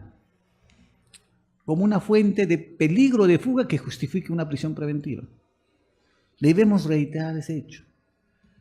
Debemos simplemente sacar de nuestro chip esta situación que vulnera los derechos fundamentales, toda vez que es necesario establecer esas conceptualizaciones necesarias. Y acá vamos a incidir en el tema de cómo se debe desarrollar la audiencia de prisión preventiva. Hay personas que nos dicen que la casación 626-2013 Moquegua nos ha dado la forma, el método de discusión, ¿no? Nos dicen de el tema elementos y fundados graves, inclusive procesalmente ya hemos visto en unas audiencias que se discute presupuesto, se corre traslado, dúplica, réplica y queda. Después se pasa a la prognosis de la pena, se pasa a lo que es peligro procesal en sus 2 vertientes, y después viene el tema de la proporcionalidad y el plazo, ¿no? Pero esa estructura no está señalada tampoco en la propia casación. Algunos consideran que lo primero que se tiene que discutir dentro de una prisión preventiva es un tema de proporcionalidad, ¿ya? Y no como se hace ahora por un tema de probanza o un tema de los elementos de convicción que ahorita vamos a pasar a analizar y qué problemas nos implica también esta situación. Entonces debemos verificar como operadores penales que cuál es más importante de estos 5 presupuestos para determinar la corrección jurídica o no de una prisión preventiva. Algunos consideran que este tema de proporcionalidad supera, no quiere decir en importancia, sino para los efectos didácticos, tiene mayor relevancia que los otros elementos o presupuestos de la prisión preventiva. Es una situación que tenemos que ver ya la práctica diaria, así como se ha mejorado el sistema de audiencias, nos va a permitir si estas personas que opinan de esta manera tienen o no la razón. ¿Y por qué nos dice que el tema de proporcionalidad es más importante? Porque si nosotros analizamos a un tema del primer elemento de convicción, ¿no? Fundados y graves elementos, ahí lo primero que hacemos, ¿no? Y lo que se hace generalmente es que se realiza un juicio de tipicidad. Nos dicen, observación primera, que los hechos que estén siendo objeto de investigación no constituyen el delito objeto de imputación. Entonces, pretenden deslegitimar un poco estos elementos de convicción con un juicio de tipicidad. Hay varios procesalistas que en ese sentido tienen mayor incidencia en este tema porque dicen, pues si el hecho no constituye delito, los demás presupuestos serían innecesarios. Pero hay un tema también que debemos tener en cuenta, no solamente como abogados defensores o Ministerio Público o jueces. En el nuevo Código Procesal Penal, ¿cuál es el momento oportuno para los efectos de definir cabalmente un tema de una imputación penal? ¿Diligencias preliminares? No. ¿Podrá ser la formalización de la investigación preparatoria? Bueno, vamos a ver. ¿Podrá ser la etapa intermedia, donde se discute y se prepara la audiencia para el juicio? ¿Podrá ser en los alegatos de apertura? No, todas estas imputaciones, ¿no? Ya sea principal, alternativa, tienen finalmente durante la actividad probatoria, al momento de hacer los alegatos finales, ¿no? Tienen la posibilidad de ser reconducidas. Porque ustedes recordarán, analizando o viendo el tema procesal penal, que ya una vez terminado la actividad probatoria, en etapa de juicio oral, recién primero que nada, el fiscal tiene la posibilidad de ¿qué? De realizar una acusación complementaria. Y el juez penal, ¿qué es lo que tiene? La posibilidad de apartarse, ¿no? de la acusación y decir, en un caso, por ejemplo, ¿no? Cualquiera, no estamos por el delito de colusión, por ejemplo, ¿no? Y decir, sino un delito de peculado. Y hay respecto a una casación que ha dicho, ¿no? que en los procesos de contratación simulados no forman parte de un proceso de contratación, sino más bien deben ser encaminados y procesados con un tema de peculado por apropiación. Por cuanto en esos procesos no existe pues prácticamente ninguna concertación previa. Entonces, este juicio de tipicidad tenemos que tener bastante cuidado al momento de ser enarbolados, justos al momento de la discusión del primer presupuesto. Y eso también nos conlleva a tener en cuenta el otro problema, que es los elementos de convicción en sí. ¿Qué son? ¿Son prueba? No. ¿Son medios probatorios? Sí. Que van a formar, y la norma misma nos dice que los elementos de convicción sirven ¿para qué? Para sustentar una acusación. Y la norma misma nos ha dicho, y las casaciones nos han dicho que en este caso de la prisión preventiva, que estos elementos de convicción tienen que ser suficientes y graves. Nos agrega esos bemoles. ¿Ya qué llamamos graves fundados elementos de convicción? ¿no? Simplemente para un tema de señalar la vinculación directa del imputado con el delito objeto de análisis. Y acá justo se había una interrogante respecto de los videos, por ejemplo, ¿no? Efectivamente, la sentencia del Tribunal Constitucional en el caso Ollanta ha dado en el tema de audios un tema de señalar un procedimiento previo para los efectos de poder dar a todas las partes procesales la oportunidad de contradecir, bajo el principio contradictorio, de poder discutir o no la validez o no de un tema probatorio consistente en un audio. Y eso nos conlleva a establecer, ¿se puede hacer eso a nivel de diligencias preliminares o a nivel de investigación preparatoria en los actos iniciales? Yo creo que sí. Nuestra norma misma ahí nos ha previsto una figura jurídica que resulta plenamente válida cuando hay un tema de urgencia y necesidad, ¿no? Que es la prueba anticipada. Y en los casos inclusive de actos de investigación como es el acto de reconocimiento, ¿no? Reconocimiento físico y fotográfico, estos pueden constituirse en un acto de prueba anticipada porque en determinados casos, cuando no se pueda notificar a la defensa del imputado, se requiere la presencia ¿de quién? Del juez de investigación preparatoria para garantizar la legalidad del acto. Doctora, ¿algo que quería decir? Presupuesto para la prisión preventiva, ya el Tribunal Constitucional ya lo ha cambiado porque ha establecido de que tiene que haber pruebas, ¿no? Hablando ya de la audiencia y donde se citan a todos los imputados. Entonces ya no vendría a ser elementos de convicción, sino ya estaríamos hablando de pruebas para sustentar una prisión preventiva. Eso era, doctor. Correcto, es por eso entonces la exigencia de esa audiencia nos va a generar un tema ya de una mayor estándar probatorio, que ya no sería pruebas, pero la misma nomenclatura nos habla de elementos de convicción fundados y graves.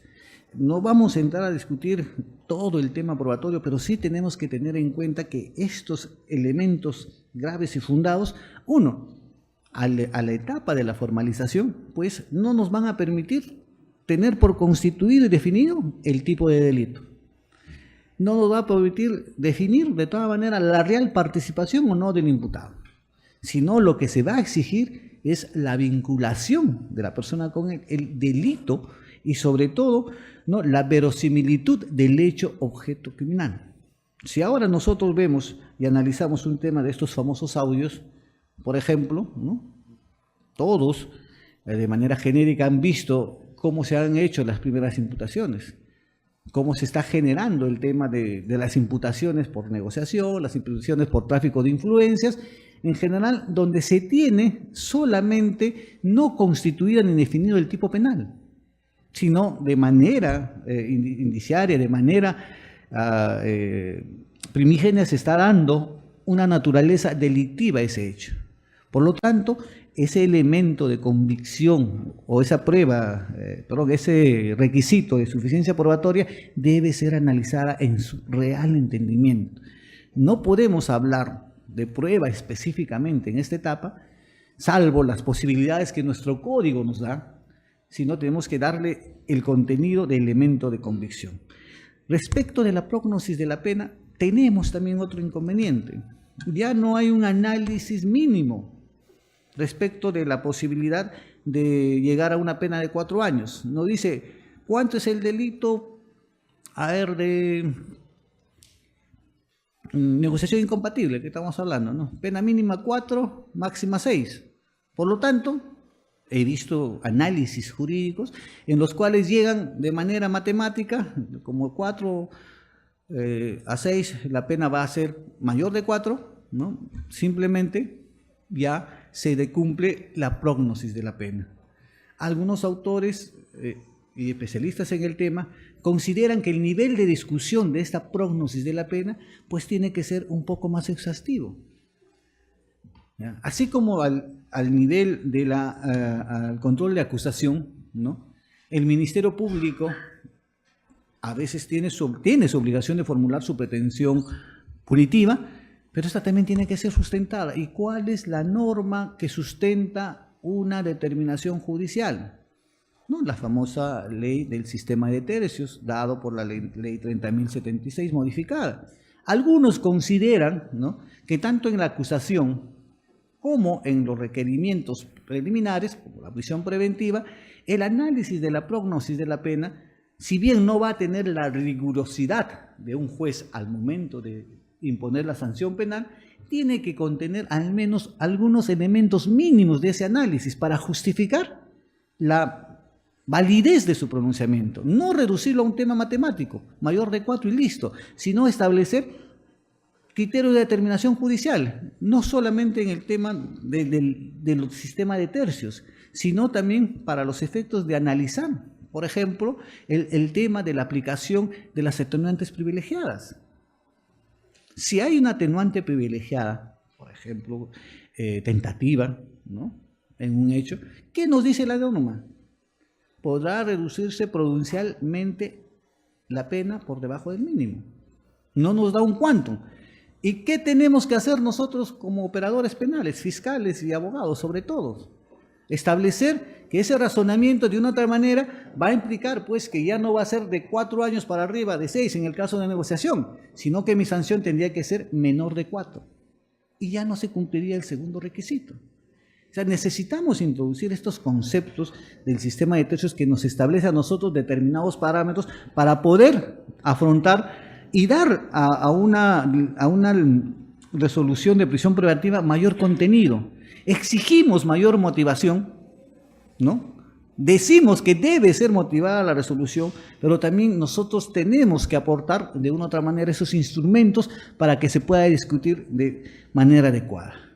Ya en el tema del peligro procesal, no vamos a entrar a desarrollar los conceptos porque ya han sido magníficamente desarrollados por mi colega, sino vamos a entrar a un tema. Se exige el cumplimiento de los 2 presupuestos, peligro de fuga y el peligro de entorpecimiento de la actividad probatoria.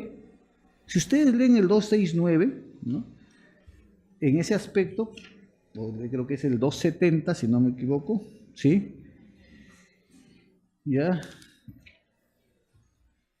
están desarrollados ahí tanto el peligro de fuga como el de entorpecimiento. En el 268, al momento de desarrollar justos los presupuestos de la prisión preventiva, nos habla que el imputado, en razón a sus antecedentes y otras circunstancias del caso particulares, permita colegir razonablemente que tratará de eludir la acción de la justicia, peligro de fuga, u obstaculizar la averiguación de la verdad, peligro de obstaculización. Nos pone una palabra, U. No soy hincha de la U, pero han puesto eso. Soy hincha de Alianza Lima. Entonces, pero nos han puesto eso. ¿Qué significa? Que la postulación de este peligro procesal, ¿no?, tiene que ser o por uno o por otro. Eso es lo que yo entiendo, salvo mejor parecer, ¿no? Entonces, ¿y por qué? ¿Qué hacemos normalmente en las prisiones preventivas cuando postulamos peligro procesal? En algunos casos está la sobreabundante fundamentación, ¿no? Ponemos ahí lo que es peligro de fuga, arraigo, ponemos gravedad de la pena, comportamiento procesal. Y al otro lado ponemos, ¿no?, el tema justos de posibilidad de destrucción de la actividad probatoria. Pero partamos primero que nada. ¿Es necesario sustentar esas dos? Creemos que no. Y la sustentación también no está solamente en el mero enunciado. Son criterios subjetivos, sí. Pero la norma misma nos dice razonabilidad para los efectos de determinar. Si considero que no tiene arraigo el imputado, tengo que explicar por qué. Tengo que sustentar de manera debida. En el caso del comportamiento del imputado en otros procesos de similar naturaleza, ¿qué nos dicen? Hay algunos criterios jurisprudenciales, ¿no?, en ese tipo de situaciones. Hace poco hubo una prisión preventiva en el cual, ¿no?, se basaron en 2 hechos diferentes. En el primer caso se basó, miren, este señor había tenido un proceso primero por tema de conducción en estado de ebriedad que llegó a un tema de principio de oportunidad, y en la segunda oportunidad, pasaron 5 años, fue también inmiscuido en un tema que tenía peligro, choque, fuga de choque, ¿no? Omisión de persona en peligro y lesiones culposas graves. Y entonces, al margen de la decisión final, la utilización de este hecho en otro procedimiento, el hecho de haberse acogido al tema del principio de oportunidad fue valorado por el juez que dictó la medida coercitiva para los efectos de sustentar peligro de fuga. Y dijo, no sé si textualmente, pero más o menos me acuerdo de esto, ¿no?, que como el procesado, el investigado, ¿no?, había tenido un proceso en el cual se había acogido, si bien se acogió al principio de oportunidad, pero esto hacía prever su predictibilidad, nos dice ahí, no entiendo ni por qué, a la comisión de este tipo de hechos y su poca valoración a la vida humana, sustento de una prisión preventiva. En el otro supuesto, interesante también es, un señor es sentenciado por usurpación agravada, pasaron 6 años, ya estaba pendiente su rehabilitación, el juez, para sustentar el comportamiento, ¿no?, del imputado en otros procedimientos de similar naturaleza, también diciendo, ya el procesado ha tenido un proceso en el cual ha tenido una sentencia en su contra. Por lo tanto, ¿no?, sí existe peligro de fuga. ¿Ves? Cuando al menos esos criterios creo que deben estar vedados. ¿Por qué? Porque simplemente el principio de oportunidad, ¿qué constituye? Una abstención de la acción penal. No hay acción penal en curso. Y si no acredita obstaculización o perjuicio dentro de la actividad probatoria, no tendría por qué ser merituado.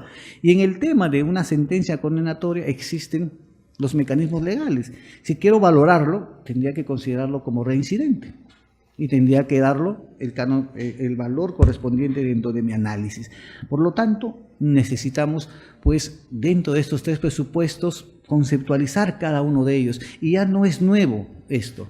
Tenemos pronunciamiento del Tribunal Constitucional, tenemos pronunciamiento de la Corte Suprema y, por ejemplo, en el tema de arraigo hay una resolución administrativa que dio el doctor César San Martín definiendo la naturaleza del arraigo y señalando textualmente que en la sola existencia de arraigo y la existencia de gravedad de la pena pueden justificar una prisión preventiva. Entonces, necesitamos, pues, revisar de eso. Y finalmente, ya el tiempo es oro acá también, debemos señalar que, así como en la sentencia del Tribunal Constitucional de Ollantumala nos ha establecido determinados parámetros, por ejemplo, nos ha dado la obligación de realizar una especial motivación, garantizar el tema de la contradicción, es decir, buscar que ambas partes puedan discutir de determinados temas, valorar y conceptualizar determinadas posibilidades. Un funcionario público, por ejemplo, ¿ya?, al señor Ríos, por ejemplo, hablarle de arraigo laboral, la justificación ha sido de que ya no tiene ningún vínculo con el Poder Judicial porque ya se le había suspendido. Arraigo domiciliario, bueno, no, porque tiene su casa, pero es discutible esa conceptualización. Una persona en este tipo de especialmente en los casos de funcionarios públicos, la probanza de ausencia de arraigo es bien difícil. Necesitamos definir, y la norma nos dice a nosotros que podemos hacerlo por peligro de fuga o por entorpecimiento de la actividad probatoria. Tenemos que ser más razonables en ese proceso. Y finalmente, siempre debemos tener en cuenta algo. La resolución judicial, buena o mala, obedece a 2 hechos. A que el Ministerio Público ha propuesto, ¿no?, con todas sus deficiencias, con todas las falencias que muchas veces les criticamos, su posición de garante, de defensor del Estado, sustentando una imputación penal, y la posición de la defensa, sea activa o pasiva, que se va a tomar en cuenta. Pero esas 2 posiciones las asume el juez de la causa y finalmente él da la resolución. Entonces nosotros, más que exigir a que el juez pueda efectuar un razonamiento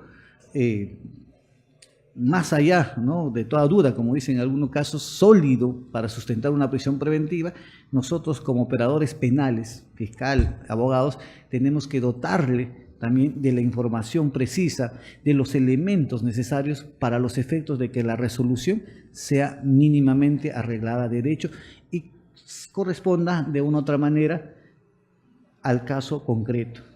Y si no hacemos ese análisis global en el cual todos entendemos que somos parte de un mismo sistema judicial, ¿no?, querámoslo o no, no vamos a seguir teniendo prisiones injustificadas, ¿no?, otras justificadas, pero simplemente no razonadas en derecho.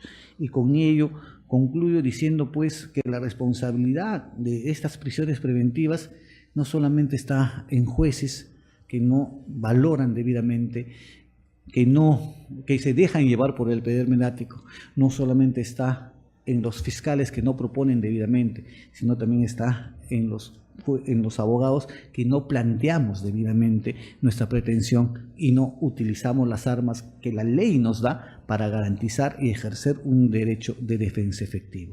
Por lo tanto, nuestra tarea es prepararnos, ¿no?, verificar esas falencias y dotar al menos de mínimo análisis para los efectos de ir cubriendo poco a poco esas deficiencias y dar a la prisión preventiva su real magnitud.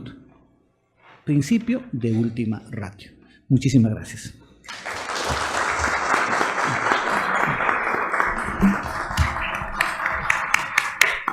Muchas gracias a todos ustedes. Voy a tratar de ser lo más sintético posible, dado la extensión de la ponencia y la hora. Básicamente, respecto a la medida de coerción real, quiero referirme a dos temas esenciales. Primero, sí, que como toda medida de coerción, se rigen por principios. Y los principios están enunciados de manera genérica en el artículo 253. Yo me voy a referir de manera específica a tres principios y lo voy a contextualizar respecto de una medida de coerción una medida de coerción real que todos conocemos, el embargo. ¿Okay? El primer principio a analizar es el principio dispositivo. El artículo 302 del Código Procesal Penal, lo que en buena cuenta dice que en el curso de las primeras diligencias y durante la investigación preparatoria, el fiscal de oficio o a solicitud de parte indagará sobre los bienes libres o derechos embargables del imputado y al tercero civil a fin de asegurar efectivamente las responsabilidades pecuniarias derivadas del delito al pago de las costas. A ver, el principio dispositivo en las medidas de coerción real implica esencialmente que la parte afectada, en este caso si no hubiera actor civil, el Ministerio Público, tiene que identificar el bien o los bienes sobre los cuales debe recaer la medida de coerción real. ¿Okay? A diferencia de la medida de coerción personal, que es el fiscal quien tiene, ¿sí?, que se rige por el principio acusatorio. En la medida de coerción real se rige por el principio dispositivo. Es decir, la parte es la que plantea dos temas. Primero, el bien o bienes sobre el cual recae, por ejemplo, el embargo. Y dos, el quantum del embargo. Segundo, el principio de congruencia. El principio de congruencia se desprende del artículo 303.3 del Código Procesal Penal, que en buena cuenta lo que dice es que el juez, sin trámite alguno, atendiendo los méritos del requerimiento y de los recados acompañados y de ser el caso, dictará el auto de embargo en la forma solicitada o la que considere adecuada. Ok, la congruencia básicamente es, si imaginemos que el actor civil pide un embargo en forma de retención, el juez tiene que entregar ese embargo en la misma medida. ¿Ok? Una excepción dice, o la que considere adecuada. ¿Qué significa o cómo se entiende que considere adecuada? Significa como un límite justamente a este principio dispositivo, en el sentido de decir, será limitada en tanto y cuando la medida de coerción real no sea más afectativa de la necesidad que se tenga de ella. En relación al principio de congruencia, en buena cuenta significa una relación entre lo que se pide y se falla. Esto en buena cuenta significaría, si yo pido embargo en forma de retención o de secuestro, esa sería la medida de coerción real que tiene que darse, y en el monto que se ha pedido. Tercero, el principio de proporcionalidad. el principio de proporcionalidad de la medida de coerción real está centrado específicamente en el tema del quantum. Es decir, una medida de coerción real exige por parte, por ejemplo, del actor civil que él indique el monto que pretende embargar en el caso específico. Y ese monto, justamente desde la perspectiva de la proporcionalidad, exige una relación entre el daño causado o el posible daño causado y lo que se pretende respecto de la reparación civil. Este punto particular es trascendente porque normalmente existe una proyección específicamente del daño moral que se suele indicar como no cuantificable.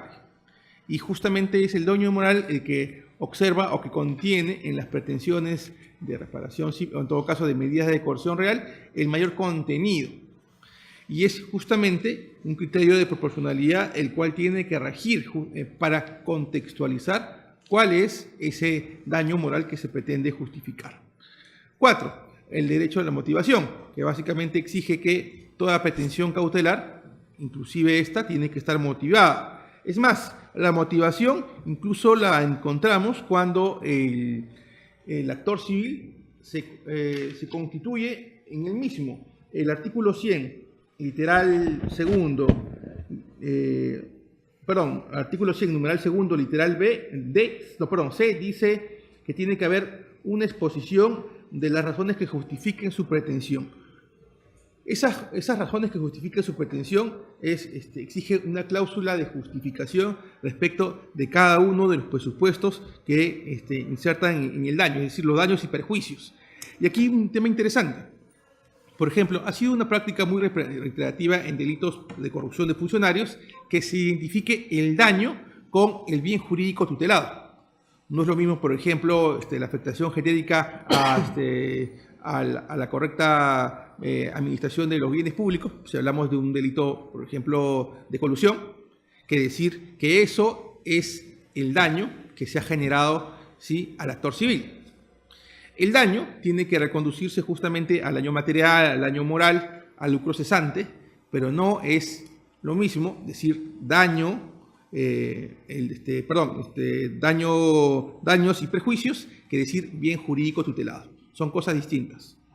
Es más, tenemos una sentencia en el caso de Amaro Segura en el cual se desarrolló con mayor detalle esas cuestiones, como producto justamente de la pretensión de la Procuraduría de Corrupción de Funcionarios. Y todo esto nos lleva justamente a otro elemento importante, y esto es, ¿sí?, las medidas de coerción real tienen que tener un marco de imputación suficiente. Deberían tener un marco como se les plantea a las medidas de coerción real, es decir, tiene que haber una apariencia del derecho, ¿sí?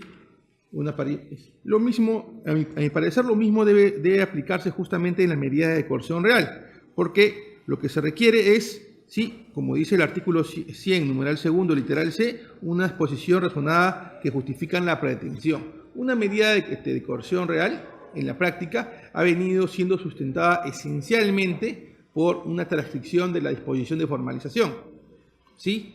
Pero recordemos, las medidas de coerción real son pretensiones autónomas que van de manera paralela con la pretensión penal, bajo la lógica de un principio de economía procesal.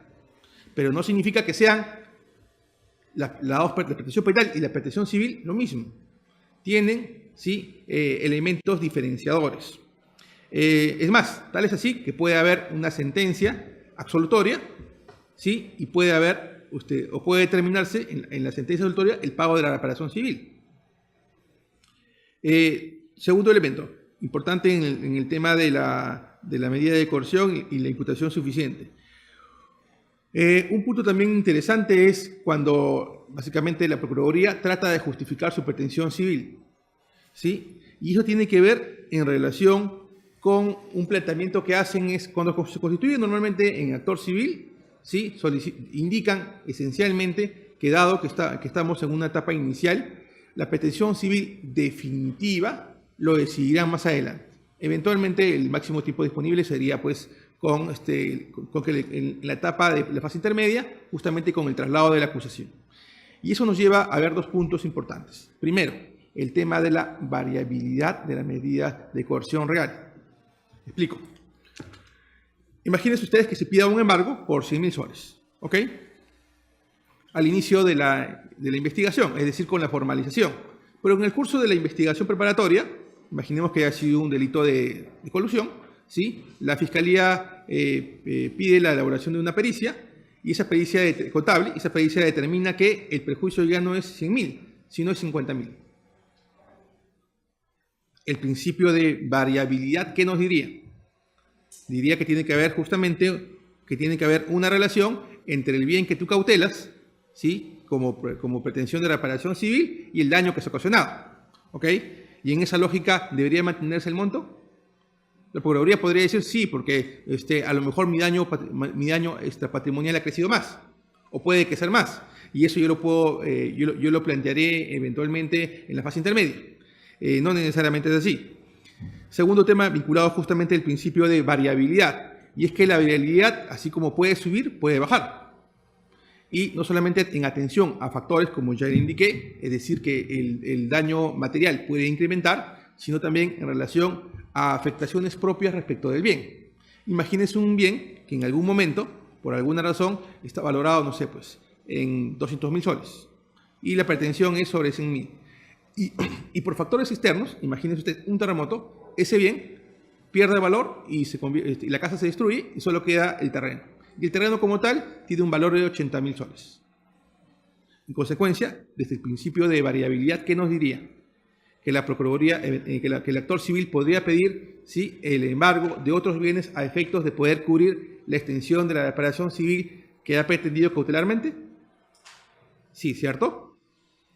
Como ven, el principio de variabilidad nos dice que las medidas cautelares se adecúan a las necesidades de la pretensión. Pero si las pretensiones varían o las circunstancias de hecho varían en respecto del bien que es materia de, en este caso, de embargo, entonces también pueden variar las medidas de coerción real. Y otro tema importante ¿es posible que el bien pueda ser sustituido?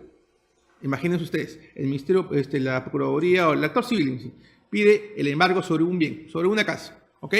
Sobre una casa que vale 100.000 soles. Imaginemos. Yo, imputado, puedo pedir, ¿sí?, la desafectación de ese bien y ofrecer otro bien en su reemplazo. Imagínense ustedes, ¿sí? Yo quiero vender el bien.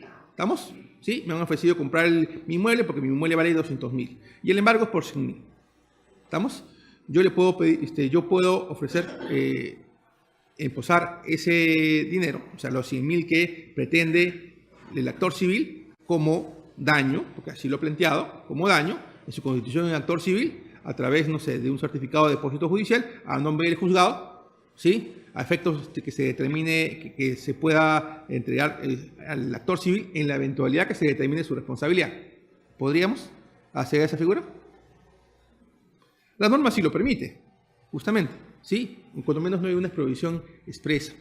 Como ven, en esos casos es posible que yo, si tengo un embargo sobre, por ejemplo, mi casa por 100.000 y mi casa vale 200.000, yo puedo pedir autorización para vender. El artículo 307 permite la autorización para vender, por cierto, ¿ok?, del Código Procesal Penal.